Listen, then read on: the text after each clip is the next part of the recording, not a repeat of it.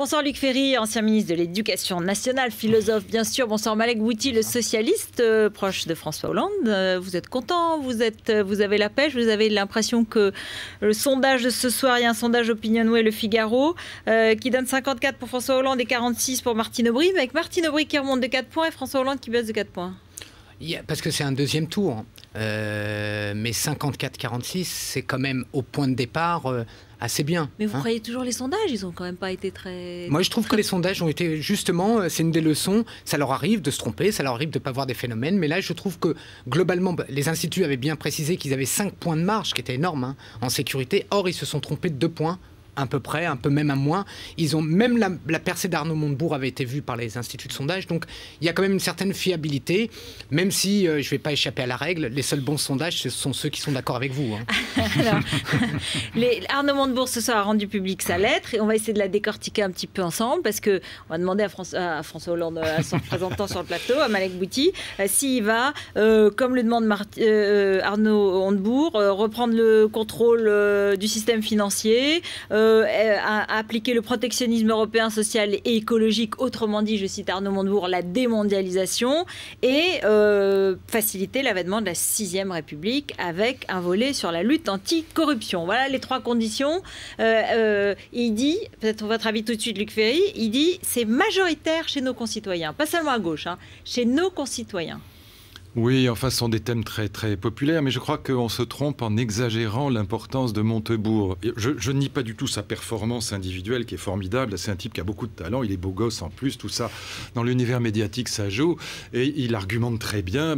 Mais quand vous regardez, renversez les résultats et regardez par l'autre prisme, ce qui veut dire 17% pour Montebourg, 83% ont voté pour des candidats pro-européens et sociodémocrates. C'est ça le vrai bouleversement au PS. C'est 1000 fois plus important que le succès des thèmes de la gauche de la gauche. C'est tout à fait normal qu'un type talentueux comme Montebourg récupère autour d'un thème aussi populaire que la démondialisation 17%, surtout avec le talent qu'il a. Mais ce qui est vraiment nouveau et qui est historiquement, je crois, important, c'est vraiment historique, c'est la conversion du Parti socialiste à la social-démocratie et à l'Europe. C'est quand même 83% qui votent du côté de la social-démocratie et de l'Europe, au fond pour les enfants de Jacques Delors, au sens large du terme. Oui, ça, c'est quelque chose qui est nouveau. Et je pense il y a quand même Ségolène Royal qui était elle aussi pour la mise sous tutelle des banques et qui oui, mais enfin, la mise sous tutelle des banques, vous savez, il y a des protections, etc. Non, mais il y a des gens à droite qui considèrent qu'à partir du moment où on aidait, notamment chez les gaullistes, mon ami Henri Guénaud, qui considère qu'à partir du moment où on donnait de l'argent aux banques, c'est pas absurde de rentrer dans les conseils d'administration des banques. C'est pas une idée. Ça n'a rien à voir avec les nationalisations de 80. Donc, encore une fois, pour moi, l'événement vraiment nouveau, et c'est plutôt bon pour Hollande d'ailleurs, qui incarne ce mouvement-là davantage, c'est pas tellement le fait qu'il y ait des proches de Mélenchon au PS, il y en a toujours eu. Montebourg les incarne très bien, mais c'est encore une fois cette victoire de la social-démocratie et des pro-européens. Ce qui annonce, je trouve, un beau débat avec la droite républicaine. Je trouve ça plutôt sympathique. Moi, je pense que, d'abord, pour répondre à votre question, François Hollande va pas reprendre des points du programme des uns et des autres, parce que sinon, il perd, il va se diluer. Il a depuis longtemps préparé sa campagne, et elle avait été pensée, puisque les sujets qu'il avait choisis, l'économie, la réforme fiscale, s'avèrent être quand même les grands sujets. Sur la réduction de la dette et la réforme fiscale, c'est un peu le contraire du contrôle du système financier, du protectionnisme social et politique. Moi, je ne crois pas. Je pense qu'au contraire, les deux sujets sont liés. Je pense que si être endetté, c'est être enchaîné. Et donc, à partir de ce moment-là, ce sera de toute façon, quel que soit le gouvernement, une priorité de sortir de cette logique de dette. Mais en dehors de ça, je crois qu'il y a eu une erreur sur Arnaud Montebourg et son score. Il est qualifié de gauche du PS, voire d'extrême gauche. Alors, je ne pense pas. Je pense qu'il y a un sujet sur lequel les responsables politiques des principaux partis vont devoir réfléchir. On ne peut pas refuser même de dialoguer avec les gens qui ont peur. Il y a une peur de la mondialisation, elle est vraie. Il y a une peur des processus actuels. Soit on a une attitude en disant « vous êtes les idiots du coin, vous êtes du 19e siècle, au revoir, et nous, la modernité, on va devant, et on va crisper les opinions ». Et on a déjà vu ça. C'est comme ça que l'opinion publique française, qui avait voté beaucoup de programmes européens, s'est retournée au moment du référendum de 2005. Ou, au contraire, on cherche à trouver une manière, comme dirait Jean Jaurès, de partir du réel pour aller à l'idéal. C'est-à-dire de prendre en compte, d'écouter, pas obligatoirement de suivre ligne à ligne après les réponses. Mais ce qui est sûr, c'est que je pense que ce sujet sera un des grands sujets de la campagne présidentielle. À gauche, hein, mais aussi à droite. Oui, mais la démondialisation est quand même là un petit point de désaccord. C'est quand même, pour le coup, un thème malgré tout plutôt propre à l'extrême gauche. D'ailleurs, Montebourg dit lui-même qu'il est plus proche de Mélenchon que de Hollande. Tout le monde est contre la mondialisation en France, ou tout le monde pense en tout cas qu'il faut la réguler. Il y a des discours de Sarkozy qui sont... 2008, Toulon, où il explique la mauvaise être... phase de la mondialisation, avec tous les inconvénients, y compris sur les classes moyennes, la précarisation... L'horreur des banques, l'horreur du système financier, de l'économie casino, etc. Moi, je me souviens qu'à l'époque, j'avais dit, mais attends, le discours de Sarkozy pourrait quasiment être signé par Besancenot. Bon, en tout cas, par Montebourg. Mais c'est pas ça, c'est que la démondialisation, c'est quand même un thème autre, c'est le thème du protectionnisme européen.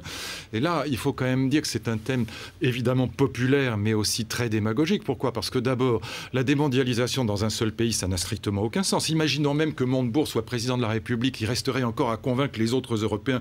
Je lui souhaite bonne chance avec les Polonais, les Tchèques, avec Cameron, avec Angela. C'est impossible. Luc, si tu permets, il y a quand même une évolution très importante. Oui. On n'est plus sur le protectionnisme national.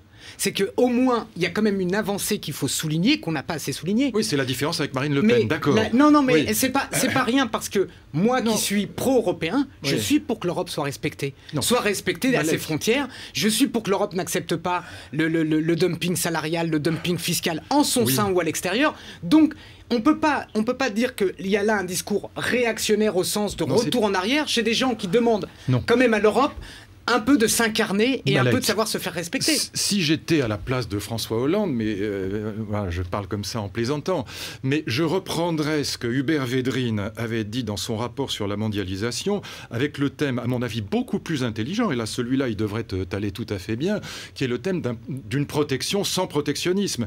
Mais ça voilà, c'est ça le vrai thème, c'est pas la démondialisation. Le thème intelligent et sur lequel, là, on peut se retrouver, c'est une protection sans protectionnisme. Ça veut dire quoi ? Ça voudrait dire techniquement et pratiquement qu'il faudrait qu'il y ait un commissaire européen qui soit chargé de la mondialisation. Alors ça pourrait être celui du commerce extérieur de l'Europe, par exemple. Mais il ne faudrait pas que ce soit un ultralibéral. Mais c'est de la dentelle. Ça veut dire qu'il faut savoir sur chaque contrat, sur chaque échange commercial, dire là on peut se protéger, là on ne peut pas. Parce que la démondialisation, le protectionnisme européen, c'est un boomerang. Les écluses. Et ça, c'est aussi dans le programme de Martine Aubry.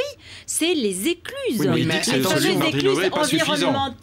Et sociale. Attention. Et ça, c'est déjà avant la technique. Montebourg dit que ça n'est pas suffisant. C'est pour ça que je dis que ce n'est pas le même thème, la démondialisation et une protection. Oui, mais il n'est pas plus proche du coup de Martine Aubry qui propose ces écluses, ces fameuses écluses. Non, pour une simple et bonne raison. Je pense que ce que dit François Hollande de ce point de vue-là est quand même un peu au-dessus. Dans quel sens ? Avant le problème technique, c'est la question bien de l'Europe politique qui est posée. Parce que soit on fait ce travail de dentelle avec chaque pays, avec chaque négociation, on n'y arrivera jamais, soit on arrive par le coup de la nécessité, peut-être pas de la volonté, à avoir quand même une forme de fédéralisme européen qui apparaît, et à ce moment-là d'une Europe au moins politique, avec une autorité, où on pèse à l'OMC, où on pèse dans les négociations extérieures, où on a une diplomatie un peu unie, et où on est donc capable, non pas de se diviser entre nous pour conquérir les marchés internationaux, mais de représenter cette protection européenne. Et donc la crise, au bout du compte, n'est pas une crise économique et financière, c'est d'abord une crise politique de l'Europe. C'est là qu'il pas la démondialisation, c'est pas le protectionnisme européen. Encore une fois, justement, Védrine développait une idée qui me paraît beaucoup plus intéressante. Mais pourquoi c'est pas le protectionnisme européen ? Parce que si on disait aux Chinois, bon, vos chemises et vos pantalons à 3 balles, on n'en veut pas, les Chinois nous disent immédiatement, vos TGV, vos Airbus, vous pouvez vous les carrer où je pense. Et ils vont le dire comme ça. Et ils savent exactement ce qui se passe en Europe. Ils suivent ça de très très près.